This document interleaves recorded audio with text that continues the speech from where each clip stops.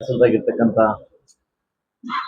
ತಾಲೂಕು ಆಡಳಿತ ಎಲ್ಲ ವರ್ಗದವರಿಗೂ, ಎಲ್ಲ ಅಧಿಕಾರಿಗಳಿಗೂ ಹಾಗೂ ಡಾಕ್ಟರ್ ಬಾಬು ಜಗಜೀವನ್ ಅವರ ಜಯಂತ್ಯೋತ್ಸವನ ಪೂರ್ವಭಾವಿ ಸಭೆಗೆ ಹಾಗೂ ಡಾಕ್ಟರ್ ಅಂಬೇಡ್ಕರ್ ಅವರ ಮಹಾನುಭಾವನ ಜಯಂತಿ ಪೂರ್ವಭಾವಿ ಸಭೆಗೆ ಬಂದಿರತಕ್ಕಂಥ ಎಲ್ಲ ನನ್ನ ದಲಿತ ಮುಖಂಡರಿಗೂ, ವೇದಿಕೆಯನ್ನು ಹಸದಾಗಿರ್ತಕ್ಕಂಥ ಎಲ್ಲ ನನ್ನ ಹಿರಿಯರಿಗೂ, ನಿಮಗೂ ಪತ್ರಿಕಾ ಮಾಧ್ಯಮಕ್ಕೂ ನಮಸ್ಕರಿಸುತ್ತಾ,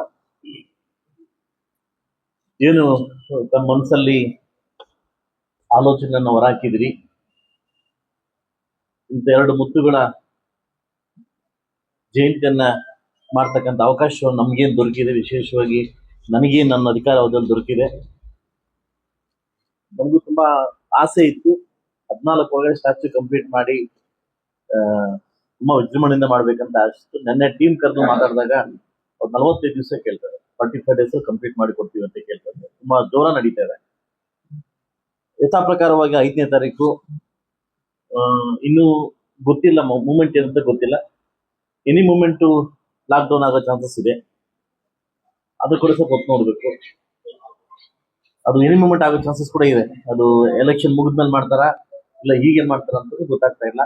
9 ತಾರೀಕು ಎಲೆಕ್ಷನ್ ಇದೆ. ಎಲೆಕ್ಷನ್ ಆದ್ಮೇಲೆ 10ನೇ ತಾರೀಕಿಂದ ಏನಾದ್ರು ಲಾಕ್ಡೌನ್ ಮಾಡ್ಬೋದಾ ಇಂಡಿಯಾ, ಇಲ್ಲಾಂದ್ರೆ ಹೀಗೆ ಮಾಡ್ತಾರೆ ಅನ್ನೋದು ಗೊತ್ತಾಗ್ತಾ ಇಲ್ಲ. ಅದೊಂದು ಕೂಡ ಗಮನ ಇಟ್ಕೊಬೇಕಾಗ್ತದೆ.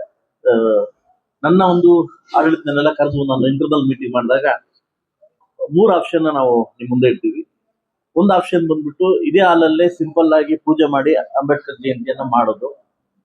ನನಗೆ ಬಹುತೇಕ ದಿನಗಳಿಂದ ನನಗೊಂದು ಕನಸಿತ್ತು, ಮುಳಬಾಗಿಲು ತಾಲೂಕು ಏನಾದ್ರು ಮಾಡ್ಬೇಕು ಅಂತ. ನಾನು ಒಂದ್ಸರಿ ಮೈಸೂರು ಯೂನಿವರ್ಸಿಟಿಗೆ ಹೋದಾಗ SC/ST ಹಾಸ್ಟೆಲ್ಗೆ ಹೋದಾಗ ಒಂದು SC/ST ಹಾಸ್ಟೆಲ್ 100 ಮಕ್ಕಳಿಗೆ ಓದ್ಕೊಳ್ತಕ್ಕಂಥ ವ್ಯವಸ್ಥೆಯನ್ನ ಒಂದು ಹೈಟೆಕ್ ಮಾದರಿ ಹಾಸ್ಟೆಲ್ ಕಟ್ಟಬೇಕು ಅಂತಂದಾಗ ಸಡನ್ಲಿ ಹಾಸ್ಟೆಲ್ ತಗೊಂಡ್ಬಿಟ್ಟೆ. ಫಸ್ಟ್ ಟೈಮ್ ಕರ್ನಾಟಕ ಇತಿಹಾಸದಲ್ಲಿ SC ಒಂದು ಮಕ್ಕಳಿಗೆ ವಿದ್ಯಾರ್ಥಿನಿಯಲ್ಲಿ ಲಿಫ್ಟ್ ಸಮೇತ ಹಾಸ್ಟೆಲ್ ಇರ್ತಕ್ಕಂಥ ಎಲ್ಲಾದ್ರೂ ಇದ್ರೆ ಅದು ಮುಳಬಾಗಿಲು ತಾಲೂಕು ಮಾತ್ರ. ಈಗಾಗಲೇ ಅದು ಇನಾಗ್ರೇಷನ್ ನಿಂತಿದೆ. ಒಂದು ಆಪ್ಷನ್ ಇಲ್ಲಿ ಪೂಜೆ ಮಾಡೋದು, 2ನೇ ಆಪ್ಷನ್ ಮಕ್ಕಳಿಗೆ ಲೋಕಾರ್ಪಣೆ ಮಾಡೋದು, ಅಂದ್ರೆ ಉದ್ಘಾಟನೆ ಮಾಡೋದು. ನಿಮ್ಮನ್ನೆಲ್ಲ ಕರೆದು ಅಲ್ಲಿ ಜಯಂತಿ ಮಾಡಿ ಬಂದವರಿಗೆಲ್ಲ ಊಟದ ವ್ಯವಸ್ಥೆ ಮಾಡಿ ಒಂದು ಸಿಂಪಲ್ ಆಗಿ ಒಂದು ಒಳ್ಳೆ ಅಚ್ಚುಕಟ್ಟಾಗಿ ಅಂಬೇಡ್ಕರ್ ಜಯಂತಿ ಆಚರಣೆ ಮಾಡಿ ಮಕ್ಕಳಿಗೆ ಲೋಕಾರ್ಪಣೆ ಮಾಡೋದು. ಅವತ್ತಿನ ಮಕ್ಕಳು ಒಳಗಡೆ ಹೋಗ್ಲಿಕ್ಕೆ ಅವಕಾಶ ಮಾಡಿಕೊಡೋದು. 3ನೇ ಆಪ್ಷನ್ ಏನಿದೆ ಅಂತಂದ್ರೆ, ನಾನು ಇಷ್ಟೆಲ್ಲ ಖರ್ಚು ಮಾಡಿ ದೊಡ್ಡ ಮಾಡಿದ್ರೆ ನಾವೆಲ್ಲ ಎದುರು ನೋಡ್ತಕ್ಕಂಥ ಸ್ಟ್ಯಾಚ್ಯೂ ಓಪನ್ ಆಗೋದು 45 ದಿವಸದಲ್ಲಿ. 45 ದಿವಸ ಆದ್ಮೇಲೆ 2 ತಿಂಗಳೇ ಅನ್ಕಾಣೆ ಆದ್ಮೇಲೆ ಸ್ಟ್ಯಾಚ್ಯೂ ಓಪನ್ಗೆ ನಮ್ಮ 365 ಹಳ್ಳಿಗಳಿಂದನೂ ನಮ್ಮ ಜನ ಕರೆದು ಅಂಬೇಡ್ಕರ್ ಜಯಂತಿಯನ್ನ ಒಂದು ದೊಡ್ಡ ಮಟ್ಟಕ್ಕೆ ಮಾಡ್ತಕ್ಕಂಥ ಆಸೆ ಕೂಡ ನನ್ನಲ್ಲಿದೆ. ಈ 3 ಆಪ್ಷನ್ ಅಲ್ಲಿ ತಾವೇನ್ ಆಪ್ಷನ್ ಕೊಡ್ತೀರಾ ಆ ಆಪ್ಷನ್ಗೆ ನಾವು ಬದ್ಧರಾಗಿದ್ದೀವಿ. ಒಬ್ಬರಿಗೂ ಕಿಂಚಿತ್ತು ತೊಂದರೆ ಆಗ್ದಂಗೆ ದೊಡ್ಡ ಮಟ್ಟಕ್ಕೆ ನಡೆಸ್ಕೊತಕ್ಕಂಥ ಜವಾಬ್ದಾರಿ, ಹಣಕಾಸಿನ ವ್ಯವಸ್ಥೆ ನಂದು. ಅದ್ರ ಬಗ್ಗೆ ಚಿಂತೆ ಬೇಡ. ಹಂಗೆ ನಮ್ಮ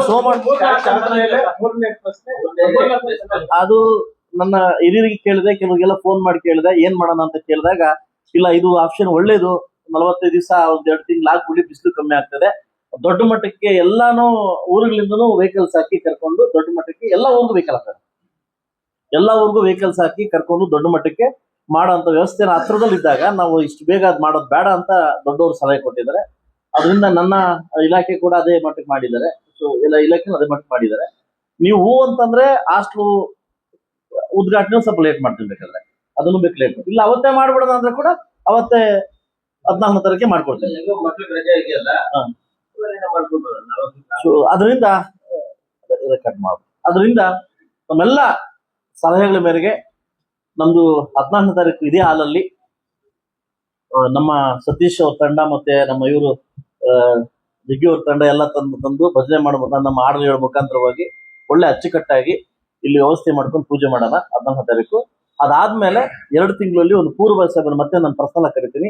ಪೂರ್ವಭಾವಿ ಸಭೆನ ಕರೆದು ದೊಡ್ಡ ಮಟ್ಟಕ್ಕೆ ವಿಜೃಂಭಣೆಯಿಂದ ಮಾಡ್ತಕ್ಕಂಥ ವ್ಯವಸ್ಥೆಯನ್ನ ಮಾಡ್ತಾ ಇದ್ದೀನಿ. 5ನೇ ತಾರೀಕು ಕೂಡ ಭಾನುವಾರ ಇರುತ್ತೆ. ತಾವೆಲ್ಲ ಬಂದು ನಮ್ಮ ಮತ್ತೊಂದು ಜಯಂತಿಗೆ ಭಾಗವಹಿಸಬೇಕು.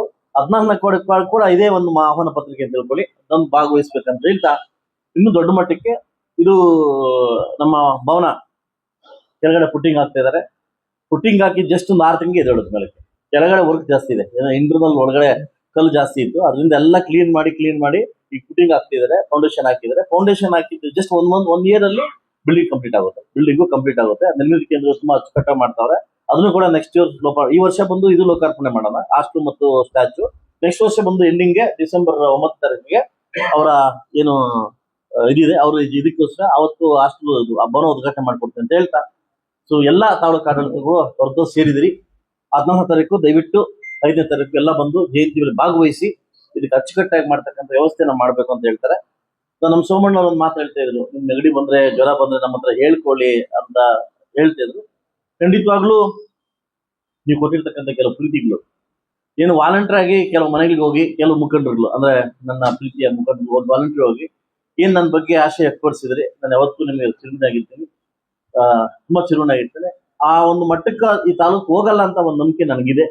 ಯಾಕಂದ್ರೆ ಬೇರಾಲ್ ನಾವೆಲ್ಲ ಅಣ್ತಮ್ಮಂದ್ರು, ಇವತ್ತು ಲೆಫ್ಟ್ ಇರ್ಬೋದು, ರೈಟ್ ಇರ್ಬೋದು, ಸರ್ಕಾರದಲ್ಲಿ ಏನಾಗಿದೆ ಅದಾಗ್ಲಿ, ಒಳಮಿಸ್ಲಾತ್ ಏನಾಗುತ್ತೋ ಅದಾಗ್ಲಿ, ಅದು ಸರ್ಕಾರಕ್ಕೆ ಬಿಡೋಣ.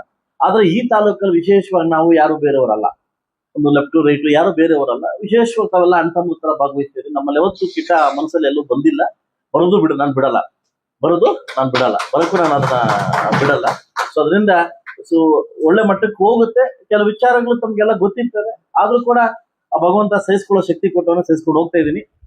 ನೋಡೋಣ ಮುಂದಿನ ದಿವಸ ಏನಾಗುತ್ತೆ ಅಂತ ಕಾದು ನೋಡೋಣ. ಏನಾದ್ರು 28ಕ್ಕೆ ಏನಾದ್ರು ರಿಸರ್ವೇಶನ್ 99% ಆಗೋ ಚಾನ್ಸಸ್ ಇದೆ. ಅಮೆಂಡ್ಮೆಂಟ್ ಪಾಸ್ ಆಗಿದೆ 15ರಲ್ಲಿ. ಲೇಡಿ ರಿಸರ್ವೇಶನ್ ಬಂದ್ರೆ ಖಂಡಿತವಾಗ್ಲೂ SC ಲೇಡಿ ಆಗೋ ಚಾನ್ಸಸ್ 100% ಇದೆ. ಸೊ ಏನಾದ್ರೂ ಕೂಡ ತಾಲೂಕು ಅಭಿವೃದ್ಧಿಗೆ ಒಳ್ಳೇದಾಗ್ಲಿ, ನಿಮ್ಗೆ ಒಳ್ಳೇದಾಗ್ಲಿ. ನಾನು ಬಂದಿರ್ತಕ್ಕಂಥ ಆಸೆಯನ್ನು ಇಟ್ಕೊಂಡ್ ಬಂದಿದ್ದೀನಿ. ಅದಕ್ಕೆ ನಾನು ಫಸ್ಟ್ ಆಫ್ ಆಲ್ ನನಗೆ ನನ್ನ ಮನೆಗೆ ಬಂದಾಗ ನನಗೆ ಈಗಲೂ ಗ್ಯಾಪ್ ಇದೆ. 8 ವರ್ಷಗಳ ಹಿಂದೆ ಚಿನ್ನಪ್ಪ ರಾಜ್ಕುಮಾರ್ ಅವರು, ರಾಮಕೃಷ್ಣ ನನ್ನ ಮನೆಗೆ ಬಂದಾಗ ಒಂದು ಹೇಳಿದ್ದೀನಿ, ನಾನು ಮಾತು ಹೇಳಿದ್ದೀನಿ. ನಾನು ಮುಂದೆ ಏನಾಗ್ತೀನೋ ಬಿಡ್ತೀನಿ ನಂಗೆ ಗೊತ್ತಿಲ್ಲ, ಆದ್ರೆ ಈ ಜನಾಂಗದಲ್ಲಿ ನಾನು ಹುಟ್ಟಿದ್ದೀನಿ, ಈ ಸರ್ಟಿಫಿಕೇಟ್ ಯೂಸ್ ಮಾಡ್ಕೊಂಡಿದ್ದೀನಿ. ಇದಕ್ಕಾದ್ರೂ ಜನಕ್ಕೆ ಅಂತ ಕೊಡಬೇಕು ಅನ್ನೋದೊಂದು ಆಸೆ ಇತ್ತು. ಸೊ ಖಂಡಿತವಾಗ್ಲೂ ನಾನೊಂದು ಮಾತು ನಿಮ್ಗೆ ಕೊಡ್ತಾ ಇದ್ದೀನಿ. ಬಹುಶಃ ಈ 2-3 ಡಿಸ್ಟಿಕ್ಗಳಲ್ಲಿ ನಾವು ಮಾಡ್ತಕ್ಕಂಥ ಚೌಲ್ಟ್ರಿ ಇಡೀ ಮುಳಬಾಗಲ ತಾಲೂಕು ಯಾವ ಚೌಲ್ಟ್ರಿ ಇರಲ್ಲ. ಬಹುಶಃ ನನ್ನ ಕೈಯಿಂದ 1-1.5 ಕೋಟಿ ಬೀಳ್ತದೆ. ಆದ್ರೂ ಒಂದು ದೊಡ್ಡ ಮಟ್ಟಕ್ಕೆ ಅದನ್ನ ಇದ್ ಮಾಡಿಸ್ತೀವಿ. ಮತ್ತೆ ಇನ್ನೊಂದು ಗುಡ್ ನ್ಯೂಸ್ ಏನಂತಂದ್ರೆ, ನೀವ್ ಹೇಳ್ತಾ ಇದ್ರಿ ಏನಂತ ದೂರ್ಮು ಅಂತ ಹೇಳ್ತಾ ಇದ್ರು. ನಮ್ಮ ಆಪೋಸಿಟ್ ನಮ್ಮ ರೆಡ್ಡಿ ಜನಾಂಗ ಚೌಟ್ರಿ ಬರ್ತಾ ಇದೆ.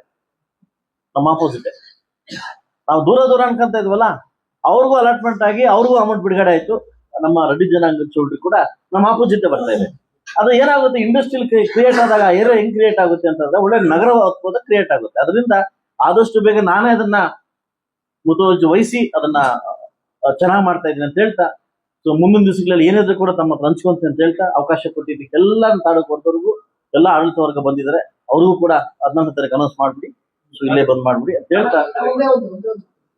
ಅಂಬೇಡ್ಕರ್ ವಿಗ್ರಹ ಕಟ್ಟಿದ್ದೀರಲ್ಲ, ಹೊಸದಾಗ್ತೀರಾ ಅದನ್ನೇ ವಿಗ್ರಹ ನಾನು ಮತ್ತೆ ಮಾತಾಡ್ತೀನಿ. ಅದು ಕೆಲವರು ಏನೋ ಸೆಂಟಿಮೆಂಟ್ ಅನ್ಕೊಂಡಿದ್ದಾರೆ. ಇಲ್ಲ